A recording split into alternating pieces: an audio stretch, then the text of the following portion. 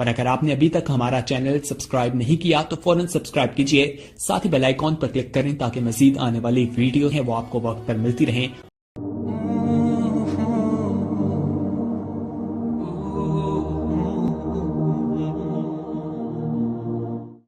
حضرت محدث ابن جوزی نے لکھا ہے کہ حضرت حبیب اجمی ایک بزرگ تھے، ان کے پاس ایک شخص اکثر آتا تھا، بڑا مالدار تھا، ایک ہی بیٹی تھی، وہ بھی ٹانگوں سے معذور تھی۔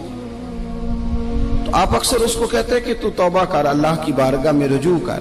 ایک وقت ایسا آتا ہے کہ پھر انسان کا جب کوئی اپنا نہیں رہتا پھر اسے مصلی یاد آتا ہے، لیکن اگر مصلی کی عادت بچپن سے پڑ جائے نا تو پھر ذرا آسان ہوتا ہے اللہ سے دل لگانا۔ وہ اکثر آپ اس کو کہتے ہیں کہ ٹھیک ہو جائے کہ تو بیٹی ہے، وہ بھی بیچاری معذور ہے، تو کہاں دولت لے جائے۔ آج کرتا ہوں، ہم تاریخیں دیتے رہتے ہیں نا اللہ تعالیٰ کو معاذ اللہ کہ رمضان سے میں نے نیک ہو جانا ہے، عمرہ کر کے آؤں گا تو پھر میں پکا نمازی ہوں۔ خدا کے بندو، کس نے تجھے بتایا ہے کہ رمضان تک تو زندہ رہے گا؟ کس نے خبر کی کہ عمرہ کرنے تک تو بچے گا؟ حضرت حبیب اجمی اس کو کہتے تو کہتا بڑی جلدی ٹھیک ہو جاؤں گا۔ ایک دن سویرے سویرے توبہ کرنے آ گیا۔ آپ نے فرمایا کیا ہوا؟ تو کہنے لگا حضرت جی کل ایک 15 سال کا نوجوان ملا ہے اور مجھے توبہ کرا گیا۔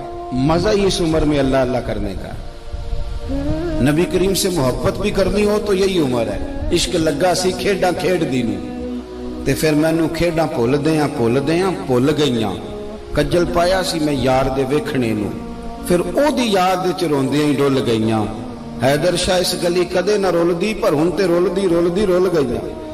جن لوگوں نے ابو جہل کو قتل کیا تھا ان کی عمر بھی 15 سال تھی۔ ہم تو بڑے ہی نہیں نہ ہوتے ساری زندگی، نہ ہمیں کو بڑا ہونے دیتا ہے، ہم بڑے ہی نہیں ہوتے، یہ تو عمر ہے کچھ کر گزرنے کی۔ 15 سال کا نوجوان توبہ کرا گیا تو آپ حضرت حبیب اجمی کہنے لگے وہ کیسے؟ کہنے لگا حضرت جی میں کل منڈی گیا تھا، مجھے کچھ سامان خریدنا تھا، تو بغداد کے بازار سے میں نے مچھلی خرید لی 10 کلو، باقی بھی سامان تب خود لے جا نہیں سکتا تھا۔ تو مزدور آپ کو پتہ ہے بیچارے آج بھی سڑکوں پہ بیٹھے ہیں، تو مزدور بیٹھے تھے تو ان میں ایک نوجوان 14-15 سال کا، چہرے پہ بڑی روشنی کی۔ میں نے اس کو کہا بیٹے مزدوری کرو گے؟ کہنے لگا حضور مزدوری بھی کرتا ہوں، پڑھائی بھی کرتا ہوں، اور جو اللہ کو منظور ہو اس کی عبادت بھی کرتا ہوں۔ میں نے اسے کہا کہ یہ میرا سامان ہے فلان جگہ پہنچانا ہے، کیا لوگے؟ کہنے لگا 3 دینار مزدوری۔ سودا طے ہو گیا، اس نے سامان اٹھا لیا۔ کہتے ہیں رستے میں ظہر کا وقت ہو گیا۔ کہنے لگا چچا اگر اجازت دو تو نماز پڑھ دو۔ 15 سال کا جواب۔ کہتے میں رکھ کے نا وہاں سامان تو پھٹے پہ بیٹھ گیا، وہ نماز پڑھنے چلا گیا، باقی لوگ دیر سے آئے، وہ بچہ جلدی آ گیا۔ میں نے کہا بیٹے آپ جلدی آ گئے؟ کہنے لگے نفل چھوڑ دیے، اب یہی نہ سمجھ لیں کہ کام چور ہے، میں بعد میں پڑھ لوں گا۔ کہتے ہیں وہ دوپہر کا وقت، رمضان بھی نہیں تھا، میں اس بچے کو نوجوان گھر لے گیا اور میں نے اپنی بیوی سے کہا کہ بڑا نیک ہے، نمازی ہے، اور راستے میں یہ بھی ہوا ہے کہ میں نے اسے ایک دفعہ کہا ہے کہ یہ مجھے تھوڑی دیر کے لیے دے دو، گرمی بڑی ہے، تمہیں پسینہ آ رہا ہے، میں اٹھا لیتا ہوں۔ کہنے لگا نہیں چچا میں رزق حلال کھاتا ہوں، اگر آپ اٹھائیں گے تو میں 3 دینار مزدوری پوری نہیں لوں گا، پھر پیسے کم کروں گا، میں نے طے کیا ہے کہ اٹھاؤں گا۔ تو کہتے ہیں میں نے اپنی بیوی کو بتایا تو بڑی متاثر ہوئی، کہنے لگی دوپہر کا کھانا پک گیا، اسے کو روٹی کھا لے، رمضان بھی نہیں تھا۔ کہتے میں باہر نکلا، اس کو 3 دینار تھمائے تو میں نے کہا بیٹے ایک بات میری مانو گے؟ کہنے لگا بتائیے۔ میں نے کہا کھانا پکائے کھا لو۔ کہنے لگا میں معافی چاہتا ہوں، میں نے روزہ رکھا ہوا ہے۔ حضور نے حکم دیا، حکم نبی کریم نے حکم دیا، بخاری مسلم کی حدیث ہے، فرمایا نوجوانوں اگر تمہارے پاس طاقت ہے تو نکاح کر لو ورنہ روزے رکھو۔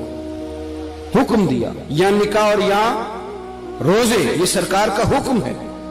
بھائی نفلی روزہ نفس کی قوتوں کو کچلتا ہے، انسان میں نورانیت اور روحانیت لاتا ہے۔ کہتے وہ کہنے لگا میں نے روزہ رکھا ہے، میں اور متاثر ہو گیا۔ میں نے کہا اب کیا کرو گے؟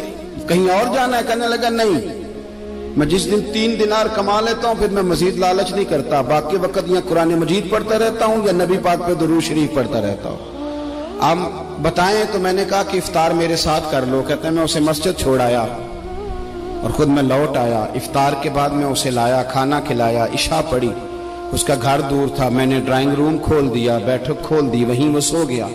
میری 20 سال کی معذور بچی کبھی چل نہیں سکتی تھی، کوئی طبیب کوئی حکیم میں نے چھوڑا نہیں تھا جس کو دکھایا نہ ہو، ایک ہی بیٹی وہ بھی معذور پیدائشی، اس کے کمرے میں گئے, میاں بیوی اسے کھانا کھلا اور بتایا بیٹے ایک نوجوان ہے, بڑا نیک ہے ہمارے گھر میں, آج بڑا پرہیزگار. پتہ ہے حضور نے کیا فرمایا؟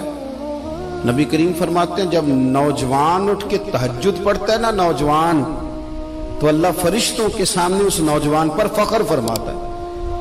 اللہ فخر کرتا ہے کہ عمر دیکھو دیکھو یہ میری بارگاہ. اللہ فخر کرتا ہے, اللہ یعنی خدا خود میرے مجلس بود, اللہ فخر کرتا ہے. اب سوچے, تو ہم نے اپنی بیٹی کو بتایا کہ نوجوان اور بڑا نیک ہے, تو کہتے ہیں وہ کھانا کھلا کے ہم واپس آ گئے. آدھی رات کا وقت ہوا تو دروازے پہ دستک ہوئی. بچی اپنے کمرے میں سو رہی تھی, ہم اپنے کمرے میں, وہ بیٹھک میں.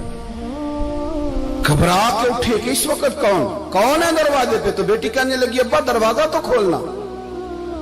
کہتے ہیں دروازہ کھولا تو 20 سال ہو گئے تھے بیٹی کو, کبھی اس نے چل کے نہیں دکھایا تھا, کبھی دوڑ کے ادھر جاتی کبھی ادھر آتی. کہتی الحمدللہ اللہ نے میری ٹانگیں ٹھیک کر دی. ہم دونوں رونے لگے, اے اللہ تو کتنا کریم ہے, کیسے ہوا بیٹے سارا کچھ؟ بیٹی کہنے لگی ابا آپ نے کہا تھا نا کہ نیک نوجوان آیا ہے, تو میرے دل میں خیال آیا اللہ اگر واقعی نیک ہے تو اس کے صدقے مجھے شفا ہی دے دے. یا ایھا الذین آمنوا اتقوا اللہ وابتغوا الیہ الوسیلہ. تو کہنے لگی ابھی میری دعا بھی پوری نہیں ہوئی تو رب کریم نے فضل کیا ہے اور مجھے شفا عطا کر دی. کہتے ہم دوڑ کے اس کے کمرے میں گئے, اور جب ہم نے ہاتھ رکھا تو دروازہ پہلے سے کھلا تھا, ایک خط چھوڑ گیا تھا.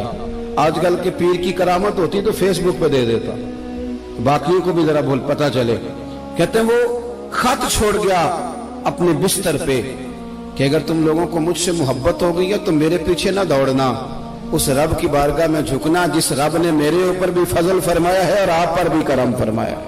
میرے نوجوان دوستو, یہ جو بچپنا ہمیں لوگ کہتے ہیں نا ابھی بچے ہو, ابھی جب آپ بالغ ہو گئے تو نماز فرض ہو گئی, سچ بولنا ضروری ہو گیا, رزق حلال کھانا ضروری ہو گیا, شریعت ساری کی ساری لاگو ہو. ایک تو درگزر سے کام لیں, دوسرا اپنی زندگی کے اندر خواہشات کو چھوڑیں.